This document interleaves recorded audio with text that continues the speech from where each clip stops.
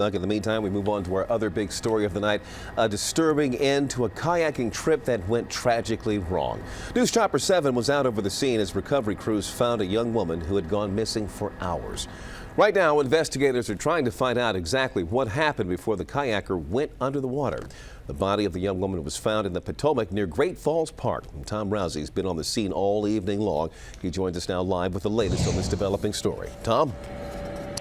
Leon, the victim was a 24-year-old woman from South Carolina. I'm told she was a very experienced kayaker, but something went very wrong on the Potomac, and members of the local kayaking community are in shock tonight. Montgomery County Fire and dozens of volunteers searched as hard as they could for the missing woman, but it didn't end the way anyone had hoped. It's absolutely devastating. The fire department says the woman's body was found under the water on the other side of this rock. Rescuers used ropes to recover her body. This video gives you a sense of how difficult the search and recovery was. There's rocks underneath, so she was in a very precarious place here in the river near these falls. The fire department says the woman had kayaked down the far right side of these falls. It appears she then got stuck.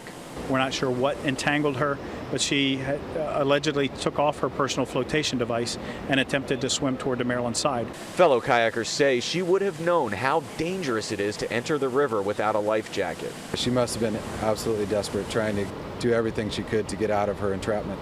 Chuck Thornton is an organizer for this weekend's Great Falls race. He says the woman had come to town from South Carolina to take part in it.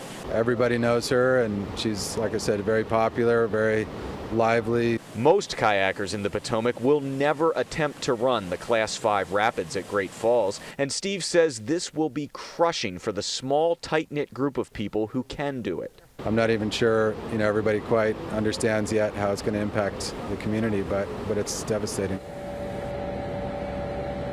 Montgomery County Fire says safety-wise, it appeared this kayaker had done pretty much everything right. Fellow kayakers tell me again, she was very experienced, but they say this is just one of the things that can happen in their sport, which can be very dangerous. They say most of the time it's very enjoyable, but it can be very dangerous, and they say this is just an unfortunate tragedy that happened on the Potomac today. Live in Potomac, I'm Tom Rousey, ABC 7 News. All right, thank you.